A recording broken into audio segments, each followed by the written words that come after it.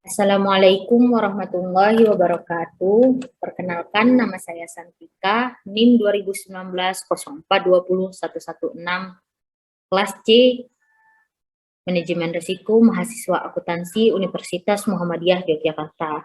Di sini saya akan mempresentasikan risk register Asri Medical Center Muhammadiyah. Pada slide ini saya akan menampilkan daftar isi yang akan saya presentasikan nanti.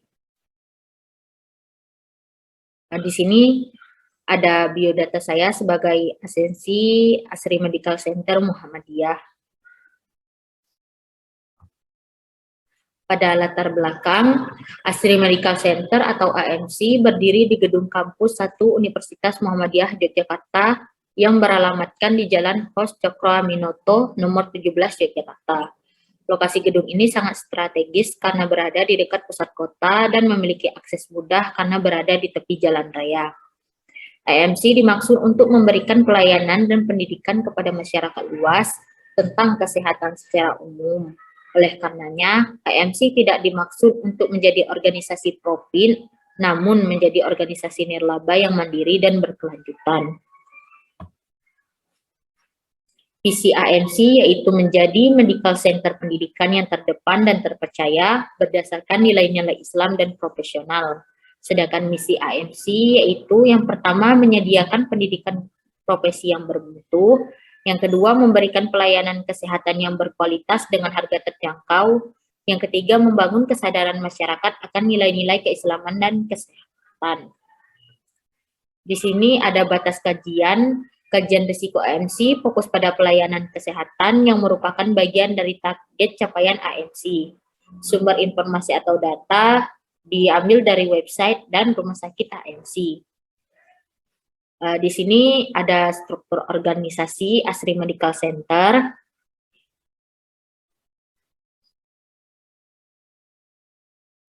Selanjutnya ada identifikasi risiko. Yang pertama ada kejadian risiko penyampaian hasil pemeriksaan. Akar penyebabnya yaitu kesalahan dalam memberikan nama pasien pada hasil pemeriksaan, dan kedua kelalaian dalam menginput data pasien. Sedangkan indikator risikonya adalah yang pertama pemahaman SPO identifikasi hasil penunjang, yang kedua lakukan identifikasi sebelum penginputan data, yang ketiga verifikasi data sebelum penyerahan hasil. Yang kedua, ada risiko infus bolong atau bocor. Akar penyebabnya yaitu kurangnya pemahaman tentang tata cara pemasangan infus yang benar pada pasien. Yang kedua, kurangnya pengecekan posisi dan lokasi pemasangan infus. Yang ketiga, penggunaan infus pump yang melebihi batas wajar. Indikator risikonya ialah yang pertama, perawat atau bidan memahami perencanaan pemberian cairan selama pemberian cairan. Yang kedua, tulis etiket pada flatbone infus, tanggal, jam pasang, serta jam habis. Yang ketiga, kontrol tetesan infus, apakah posisi dan lokasi pemasangan 1-2 jam. Yang keempat, penggunaan infus pump sesuai kebutuhan. Yang ketiga itu ada risiko operasi kekurangan darah. Akar penyebabnya yaitu kelalaian dalam memperkirakan berapa kantong darah yang dibutuhkan, kurangnya pemahaman dalam perencanaan operasi, dan adanya kelalaian dalam penyiapan peralatan dan obat untuk luka operasi. Indikator risiko yang pertama, pahami perencanaan operasi. Yang kedua, persiapan darah pasien sesuai dengan golongan. Yang ketiga, persiapan cek hasil penunjang laboratorium. Yang keempat, persiapan tim, peralatan, dan obat sesuai dengan kebutuhan, dan paham jenis tindakan, indikasi, dan luka operasi. Yang keempat, ada kesalahan pemberian obat. Akar penyebabnya yaitu yang pertama, adanya gangguan dan interupsi keluarga pasien. Yang kedua, ada karena tidak kejelasan tulisan dokter sehingga salah memberikan obat. Yang ketiga, adanya ketidaklengkapan resep obat. Indikator risikonya yaitu review SPO tentang pemberian obat. Yang kedua, menyiapkan obat-obatan yang akan diberikan, dan cek jenis obat-obatan, lakukan 7B, benar pasien, benar obat, benar dosis, benar waktu, benar rute, benar informasi, dan benar dokumentasi. Yang kelima ada risiko kesalahan identifikasi pasien. Akar penyebabnya yaitu kurangnya ketelitian petugas dalam mengidentifikasi risiko, ketiadaan laporan dari pihak keluarga pasien, dan pasien tidak menggunakan gelang infus. Indikator risikonya, pemahaman SPO identifikasi pasien, benar isi identifikasi pasien gelang, identifikasi pasien terpasang pada lokasi dan tepat, tidak terpasang pada lengan yang diinfus. Verifikasi identifikasi setiap 1-2 jam. Di sini ada faktor positif. Kejadian risiko yang pertama ada risiko penyampaian hasil pemeriksaan. Faktor positifnya hasil pemeriksaan laboratorium bagi para klinisi untuk membantu menegakkan bahwa dapat memastikan diagnosa pasien sehingga dengan ini dapat meminimalkan pengobatan atau terapi yang tidak diperlukan. Dampak kualitatifnya yaitu pemeriksaan laboratorium yang sedikit menguras kantong sehingga banyak pasien yang enggan periksa. Minimnya bantuan untuk masyarakat yang kurang mampu dan digunakan peralatan yang tidak benar saat mengambil spesimen untuk pengujian laboratorium selama operasi kecil sehingga mengakibatkan kerusakan spesimen secara tidak sengaja. Yang kedua ada risiko infus bolong atau bocor. Faktor positifnya, ketelitian pemeriksaan infus merupakan keselamatan pasien, terutama berkaitan dengan penghindaran, pencegahan, dan perbaikan hasil buruk atau injuri yang berasal dari perawatan infus kesehatan itu sendiri. Yang kedua, infus juga penting diberikan apabila seseorang tidak memungkinkan untuk minum obat. Hal tersebut dapat terjadi ketika seseorang mengalami muntah hebat, sehingga semua makanan dan minuman yang masuk ke mulut segera dimuntahkan. Dampak kualitatifnya, yaitu pertama keteledoran pasien yang suka bergerak-gerak bisa membuat infus ketarik sehingga menyebabkan kebocoran. Yang kedua, kelalaian petugas dalam mengganti air infus 2-3 jam. Risiko yang ketiga ada risiko operasi kekurangan darah. Faktor positifnya yaitu darah dalam tubuh selalu mengalami pergantian. Barangkali dalam 14 hari darah mesti melakukan perbaikan sel.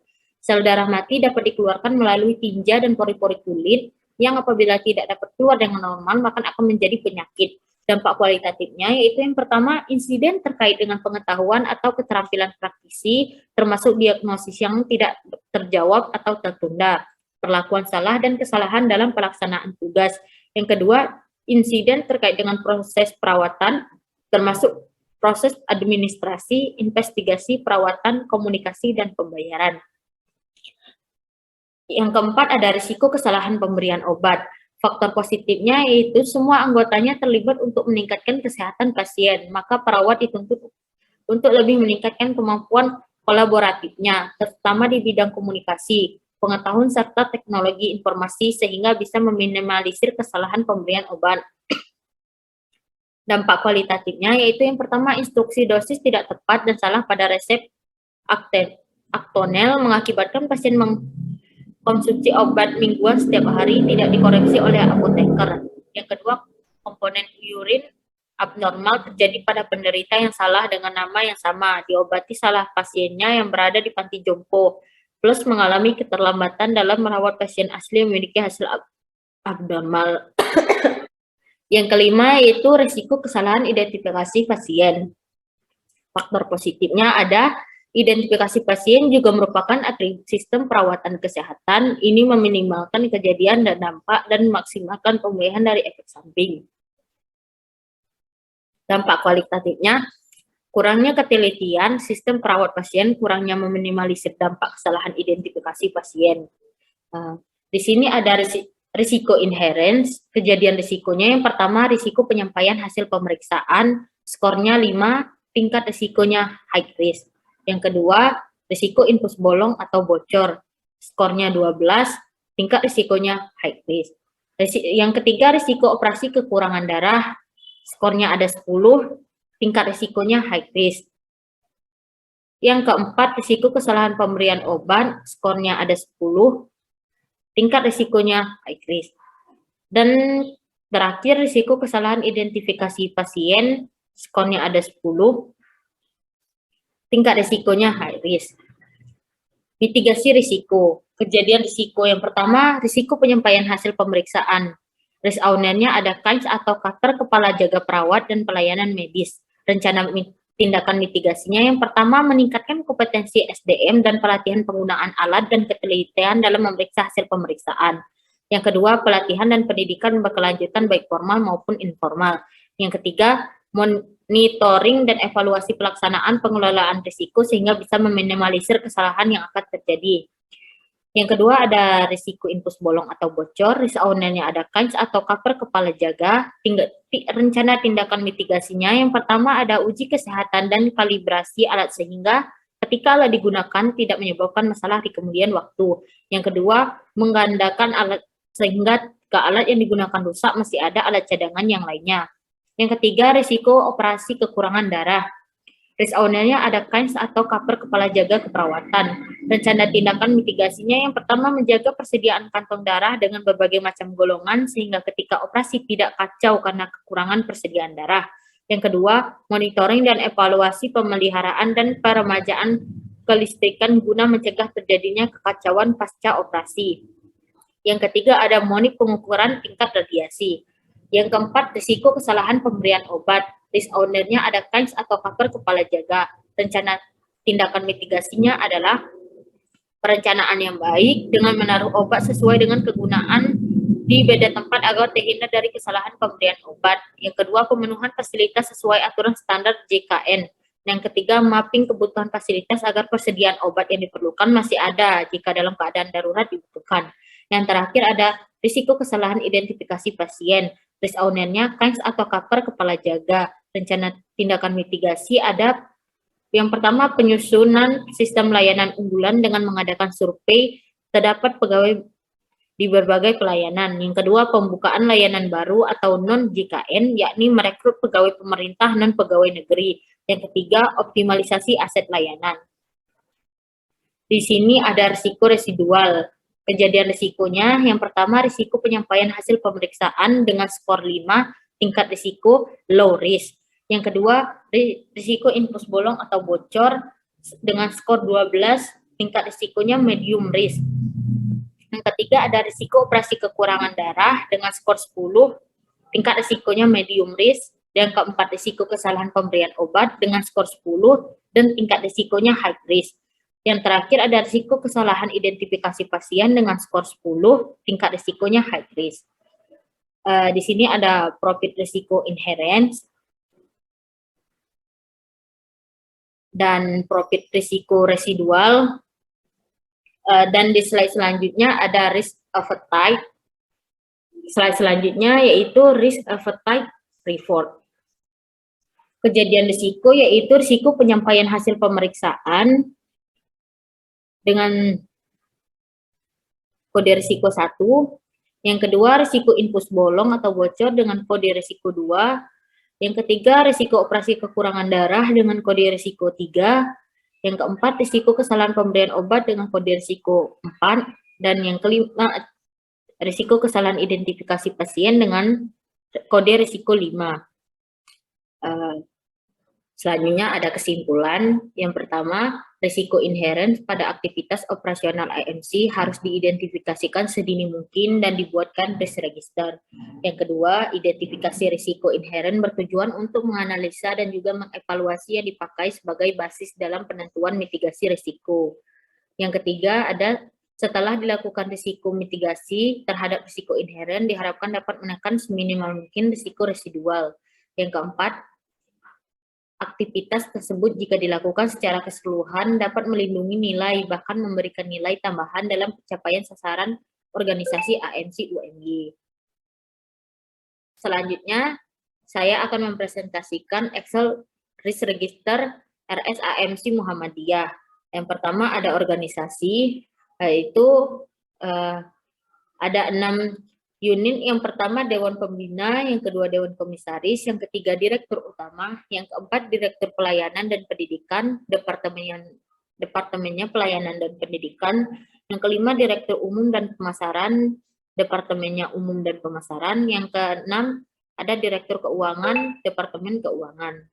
Selanjutnya ada kriteria risiko, bisa dilihat di sini, ada dampak, deskripsi, dampak pada sasaran strategis organisasi kualitatif, dan dampak pada sumber daya manusia atau reaksi pekerja kualitatif.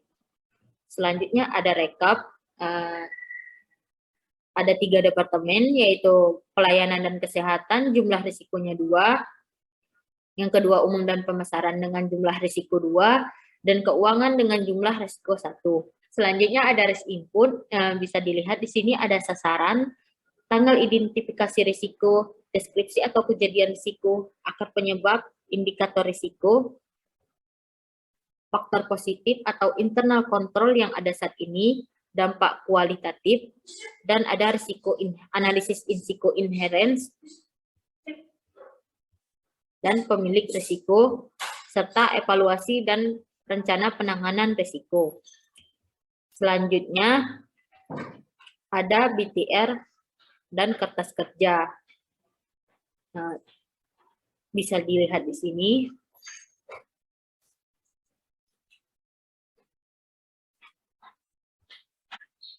Selanjutnya ada risk profile, bisa dilihat di sini ada dampaknya, ada yang pertama ringan sekali, yang kedua ringan, yang ketiga sedang, yang keempat berat, dan yang kelima sangat berat.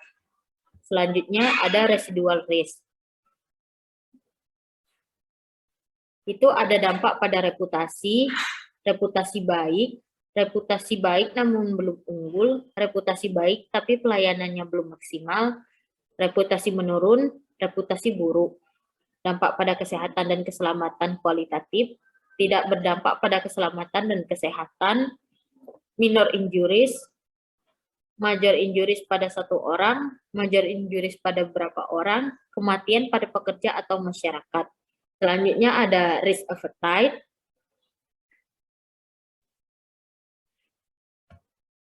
Selanjutnya ada risk register table. Di sini ada kategori risiko, sasaran, tanggal identifikasi risiko, deskripsi atau kejadian risiko, akar penyebab, indikator risiko, faktor positif atau internal control yang ada saat ini, dampak kualitatif, tingkat risiko inherence, profitabilitas risiko inherence. Selanjutnya ada rincian tindakan penanganan yang berisikan kode risiko, deskripsi kejadian risiko, rincian rencana kerja, atau tindakan penanganan risiko. Selanjutnya ada profil risiko. Bisa dilihat di sini.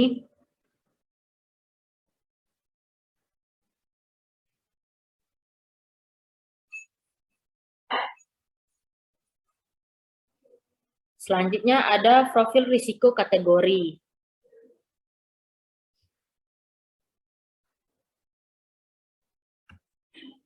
Selanjutnya ada deskripsi dan penanganan yang berisikan deskripsi kejadian risiko, kode risiko, rincian rencana kerja atau tindakan penanganan risiko, dan perencanaan biaya penanganan risiko.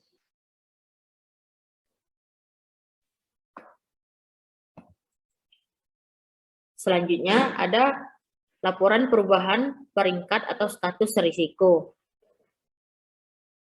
Di sini ada kode risikonya dan deskripsi kejadian risiko serta tindakan penanganan risiko yang telah dilakukan.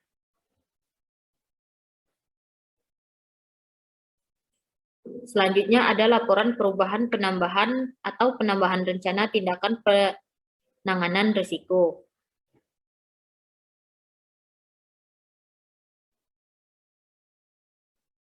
Selanjutnya ada laporan pemantauan rencana tindakan penanganan risiko yang berisikan kode risiko, deskripsi kejadian risiko, dan penanganan risiko.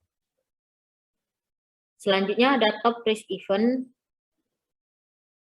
yang berisikan kode risiko, nomor pada risk register, tanggal identifikasi risiko, kejadian risiko, dampak inherent, pemilik risiko, dan departemen unit kerja. Selanjutnya ada risk appetite yang memiliki kejadian risiko yang memiliki 5 kejadian risiko, yaitu risiko penyampaian hasil pemeriksaan, risiko infus bolong atau bocor, risiko operasi kekurangan darah, risiko kesalahan pemberian obat, dan risiko kesalahan identifikasi pasien. Baiklah, mungkin sekian presentasi dari saya, kurang lebihnya saya mohon maaf. Saya akhiri, wassalamualaikum warahmatullahi wabarakatuh.